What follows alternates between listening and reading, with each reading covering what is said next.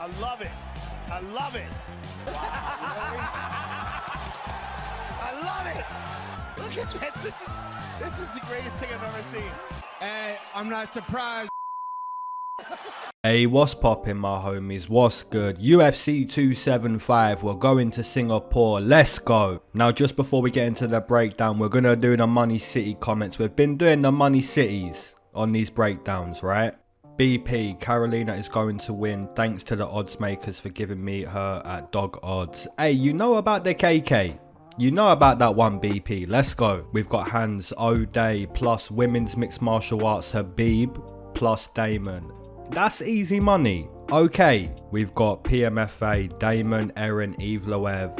That's minus 130. That's easy money. Alright, we've got broke bets on this one. Who's not going to be broke after this one? This is Money City. Renat plus El Jefe plus 114. Hey, broke bets. You got to change that to money bets now. Or Money City bets. Let's go. Alright, we've got Albert Arroyo, Evloev plus El Jefe. I'm high as... Amen. Alright, my homies, UFC 275, let's break them down. Alright, first match up on this card, we've got Joselyne Edwards taking on Ramona Pascual. And Ramona Pascual is the TED Talk girl. Having had 3 knee surgeries in the past, I knew that it'd be months, maybe even years, until I could fight again.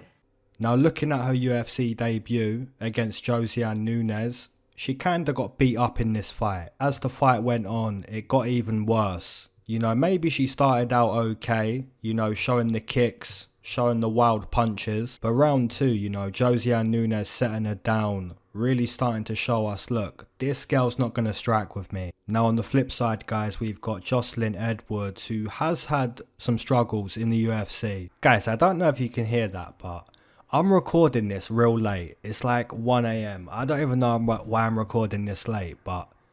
some random skateboarders right outside my house at 1 AM.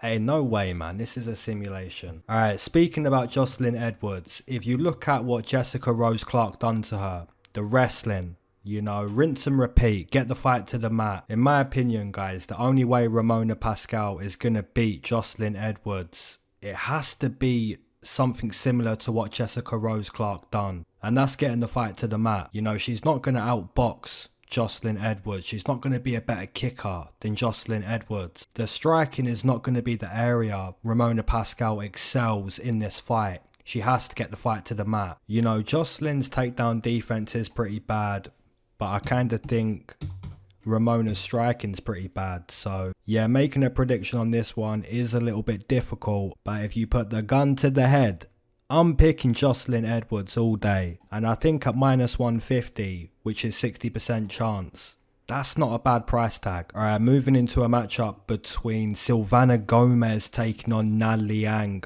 This is pretty much a 50-50 matchup, and the reasons why I believe this one's going to be a 50-50 matchup. If you look at Silvana Gomez in her UFC debut, she kinda got out-grappled by Lupita Godinez. In all honesty, you know, she was mismatched in that UFC debut. She was always going to get out grappled in that fight. But if you look at what Vanessa Demopoulos done, Vanessa Demopoulos, she got dropped. You know, Silvana Gomez dropped her. It was clean. And at that point, you're thinking, is it safe to go to the mat to get that win? You know, you drop the opponent. Do you want to go to the mat at that point? Now, guys, in hindsight, you probably say no. In the moment, right, she was probably right to do it. However, Vanessa Demopoulos, she gets it done. She gets the jiu-jitsu going. She gets the armbar. And if you guys look at the opponent, Liang, this girl basically claims to be the Chinese Ronda Rousey. For anyone that doesn't remember what Ronda Rousey done, she basically armbarred everyone, right? And if you take a look at Liang, the Chinese Ronda Rousey, she's armbarring everyone. Now, she didn't armbar Ariane Carnelossi, right? That was a crazy fight. Real crazy. She had her moments, but ultimately, you know, lost that fight. This is a much better matchup for Liang, right? The UFC debut was a pretty difficult matchup against a steroid girl, right? Steroid girl. This matchup's a little bit easier. Even if Silvana Gomez drops Liang, she might get armbarred still, so that's going to be my prediction. I'm going to take the Chinese Ronda Rousey. Alright guys, moving into a matchup between Kang taking on Danaa Batgerel. Danaa Batgerel's super violent. He's got that lead hook. You know, initially I was thinking Danaa Batgerel wins this fight. He's violent. Why shouldn't he beat Kang? That's what I was thinking initially. Now I do believe that Danaa has a good chance. I do believe the chance is there. But when you go back and look at tape, right? Because when you look at the loss to Chris Gutierrez, something I kinda noticed with Danaa Batgerel, he's kinda one-dimensional. You know, the lead hook was the weapon he was showing, and it was like he was only showing that weapon. There wasn't really any straight punches. So I'm kinda wondering, you know, if Kang can be the one to show the straight punches, if he can show multiple boxing combinations and utilize good movement, maybe choose to grapple the opponent, right? Because he's going to have better jiu-jitsu than Danaa Batgerel. If Kang can do these things, I think he can win this fight. Guys, like I said, initially I was thinking Danaa Batgerel wins. He's too violent, the lead hook, the boxing, the counter punching ability, the power. I'm thinking all these things for Danaa Batgerel. But really, you know, if that lead hook doesn't land, there's no straight punches. There's not a mixture of weapons. And I kind of think Kang has a mixture. I know he lost to Rani Yaya, you know, gassed out badly after round 1. But is Danaa Batgerel gonna, you know, grapple the opponent? Choose to use jiu-jitsu? I doubt it. So my prediction on this matchup, guys, I'm going to change my prediction. Initially, like I said, Danaa Batgerel.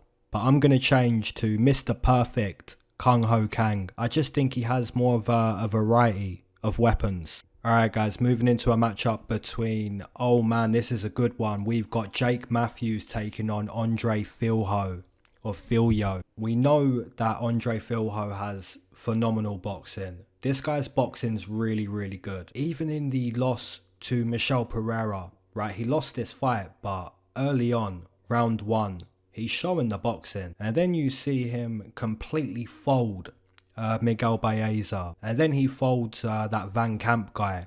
Who is Van Camp? I don't know, but he folded him. Now guys, can Andre Fialho completely dust Jake Matthews? Can he do that? The answer to that question every single day of the week, the answer is yes, right? If you go box with Andre Fialho, you can get dusted. The case I'm going to make though is Jake Matthews has a lot of experience in the UFC, right? He's basically grown up in the UFC. Not only does Jake Matthews have a lot of experience, but if you look at the grappling's good on Jake Matthews. Obviously, I'm not saying it's like Damian Maia or Charlie Oliveira, DC, Merab, Habib. I'm not saying any of that, right? It's not that.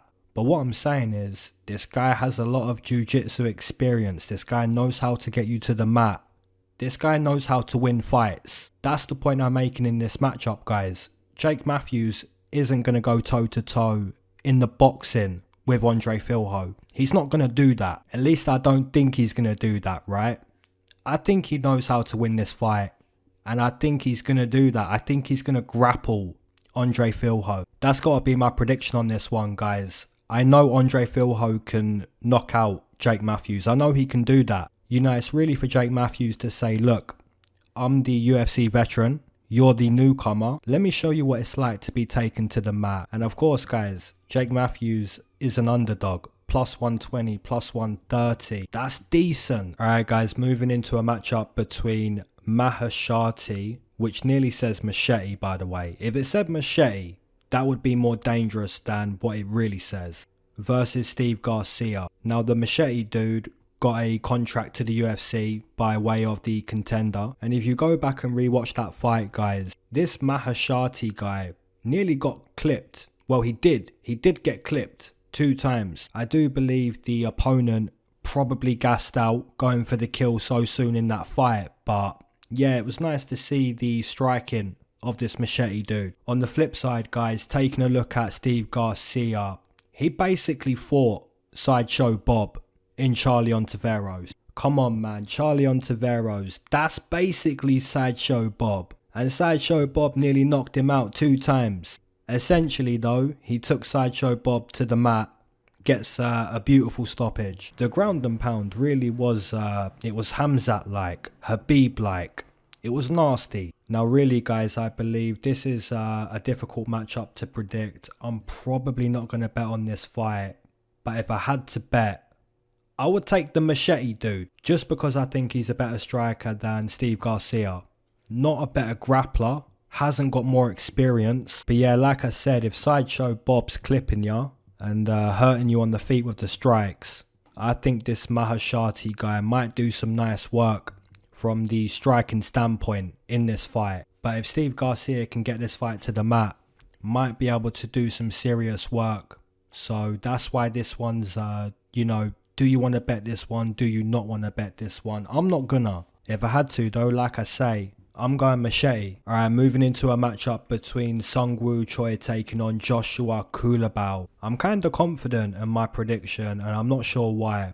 Because when you look at Seungwoo Choi, the way he lost to Alex Caceres, kinda embarrassing. And it's only embarrassing because, you know, he nearly won that fight. He sets down Caceres. On the flip side, you've got Joshua Culibao, who didn't really have a good UFC debut against Jalen Turner, but he wasn't fighting at 145, right? He was fighting at lightweight. Then he fought against Charles Jourdain, right? Charles Jourdain's a good striker. This guy can strike. To see Joshua Culibao set Charles Jourdain down, to see that, you know, you kinda realise Joshua Culibao can throw the hands. In his most recent fight against Shailan Nordambeka, I think that's the pronounce it. Man, these names, my goodness. In that matchup, guys, Joshua was kinda grappled in round 1. But after round 1, Shailan slowed down and the striking of Joshua was basically the result. Now the prediction I'm going to make in this matchup, I'm going to side with Seungwoo Choi. And the reasons why I'm going to side with Choi, he's bigger. I like the kicks more. I like the Muay Thai of Seungwoo Choi. You know, his Muay Thai is good, but very powerful. You know, looking at the fight against Yusuf Salal, there was power in that fight. Looking at what he done to Julian Rosa, this was nasty. You know, the way he sets him down with that left hook. I think if Joshua Culibao wants to win this fight, he's probably got to mix it up a little bit. Probably look to use some wrestling, that jiu-jitsu that he has got. Because if you go toe-to-toe with Seungwoo Choi in the striking, he's a good Muay Thai guy, you know. He's going to fire the kicks. He's powerful. He's big. I think we probably get that striking matchup, so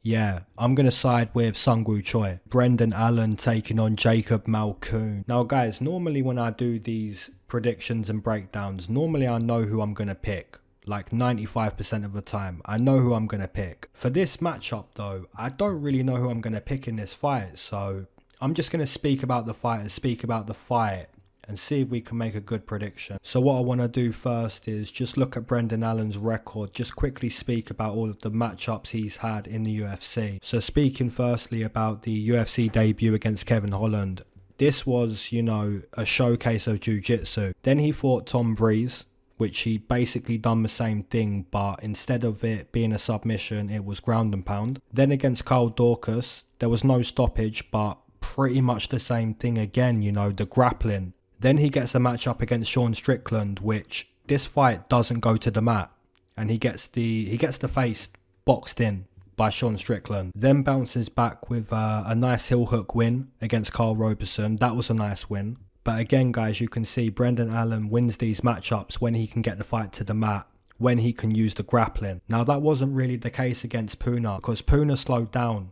And Brendan Allen started smacking him with some nasty body kicks. You kind of see Brendan Allen showing a bit of the striking that you haven't seen. But yeah, against Puna, the striking looked okay. Against Chris Curtis, oh my goodness. I mean, that's why Brendan Allen should just take the fight to the mat.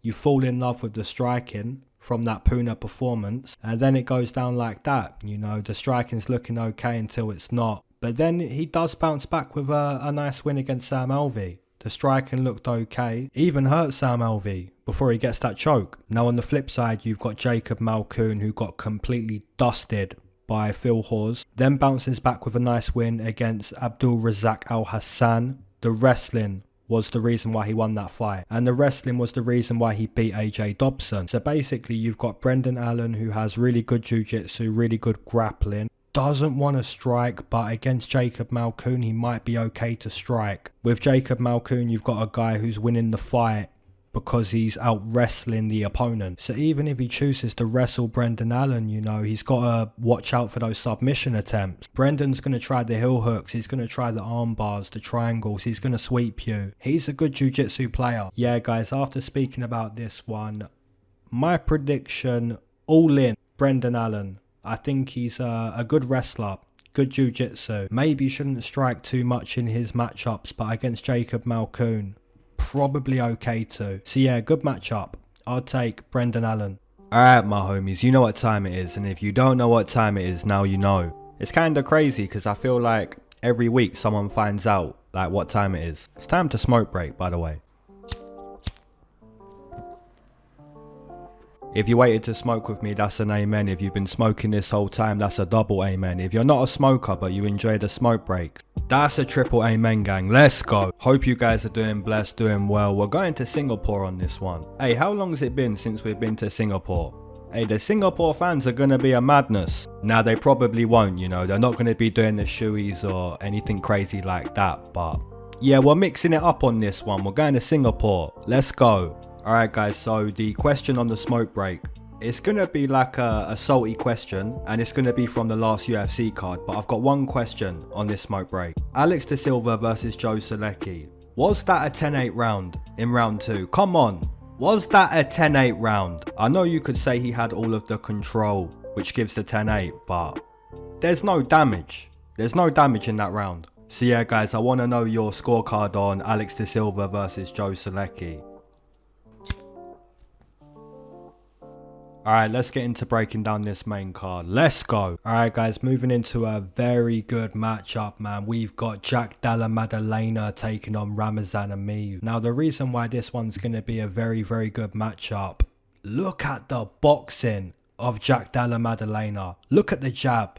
The jab it's beautiful. Beautiful work. And I know you can say, well, it's Pete Rodriguez, don't get too happy, it's Pete Rodriguez. I know you could say that, but for me, you know, I just appreciate the weapon being shown. I just appreciate seeing the jab used like that. And most of the time, guys, you know, when you see a fighter fight against a fighter that's not good, it's not really the jab they use to dust them. They'll just come with the right hand. But Della Maddalena, you know, the way this guy used the jab in the UFC debut, it was just beautiful to watch. So I'm not even going to entertain the fact Ramazan Emeev could strike with Della. I don't think he can.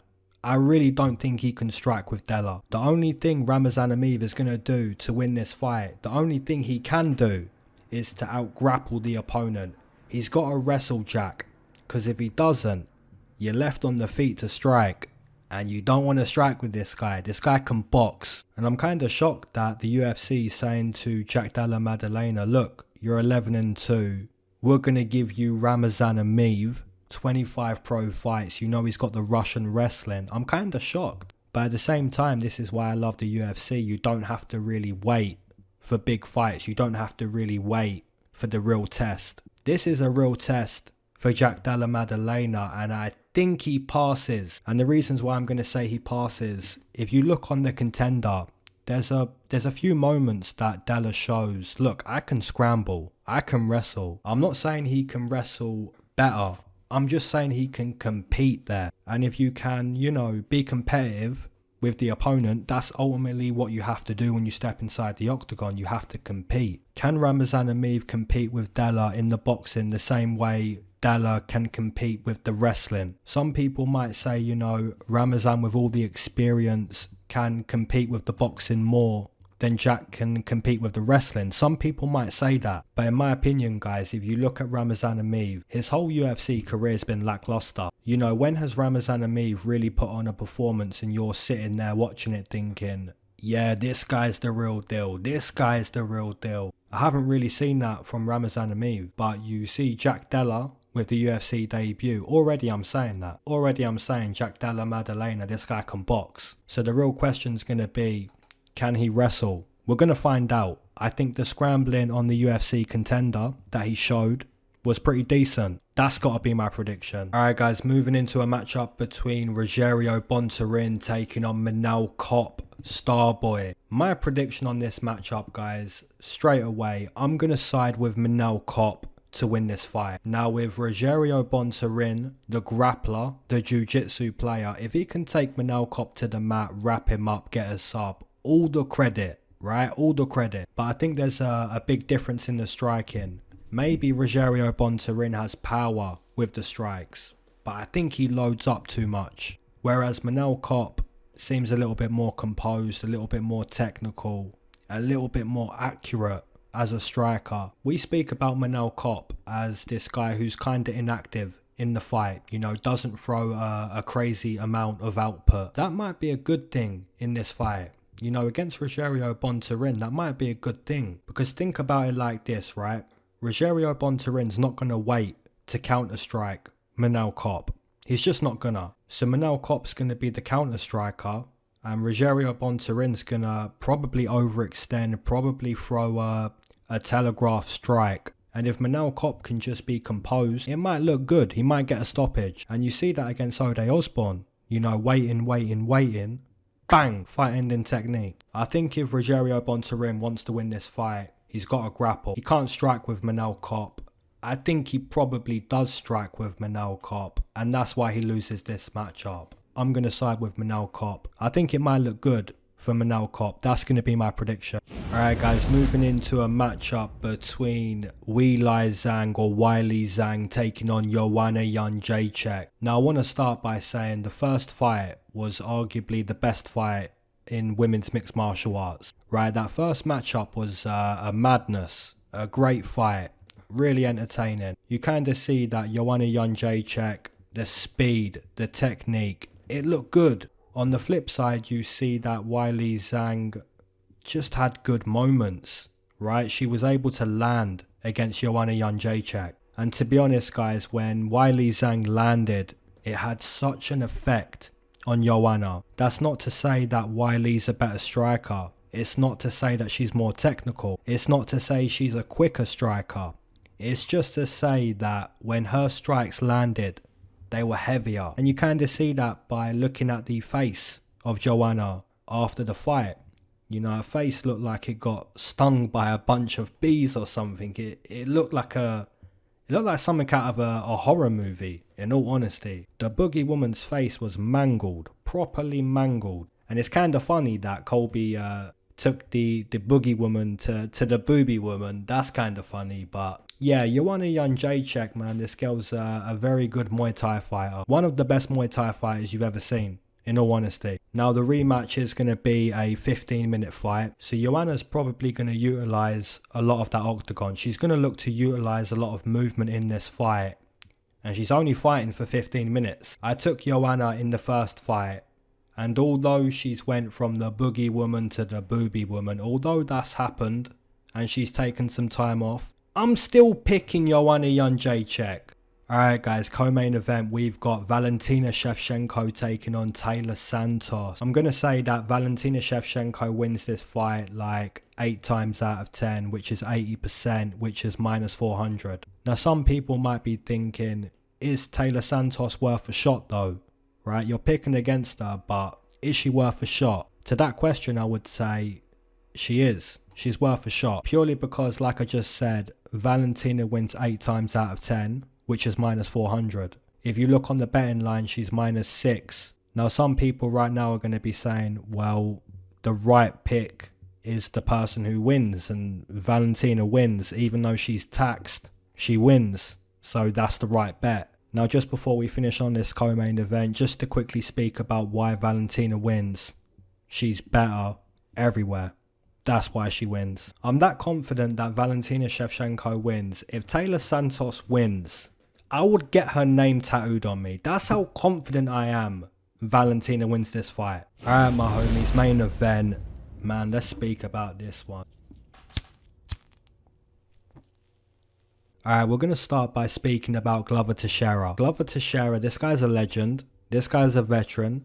This guy's been around for like the longest time. And he's the champion. Now, if you look at Glover Teixeira, man, the reason why he's the champion It's the grappling. It's the wrestling. It's the experience. He completely dusted Anthony Smith. He completely dusted Thiago Santos. He completely dusted Jan Blachowicz. Will he completely dust Jiri Prochazka? Will he do that? Now, before we answer that question, let's speak a little bit about Jiri Prochazka. Let's speak about this guy. This guy's exciting.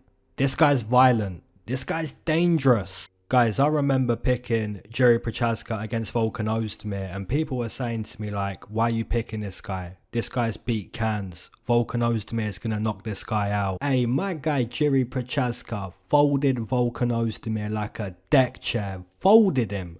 Dusted. Obliterated. Completely sent to the Shadow City server. And then you get the main event against Dominic Reyes, and let's be honest, Dominic Reyes ain't got the goods for a fight against Jiri Prochazka. That's complete dusteration too. Guys, I just think Jiri Prochazka's so violent. Like, it can be a knee, it can be an elbow, it can be a 1-2, an uppercut. I think every strike Jiri Prochazka has is capable of literally ending the fight. That's the vibe I get from Jiri Prochazka, and I can't really see Glover Teixeira taking too much damage in this fight. You know, probably gets his head caved in at some point. Now, if that doesn't happen, right, Glover Teixeira probably took this fight to the mat, and that's what he needs to do in this fight to remain champion, right? You're not going to remain champion trying to strike with Jiri Prochazka. That's not going to happen. Even if Glover Teixeira shoots a takedown against Jiri, and let's say he grabs a leg against the fence, right, and he's working on getting a double or a single. Even if that happens, I think Jiri could like elbow him, you know, send that hammer elbow to the ear to get a stoppage that way. My prediction on this main event, guys, I just think Jiri Prochazka's too violent for Glover Teixeira at this point. Alright, my homies, be sure to drop down your main event, your co-main event, your underdogs, your straight plays, your doubles, your parlays, all of that good stuff. Drop that in the comment section below. And as always, my homies, keep your eyes to the sky and never glued to your shoes. Mac Miller. Alright, peace.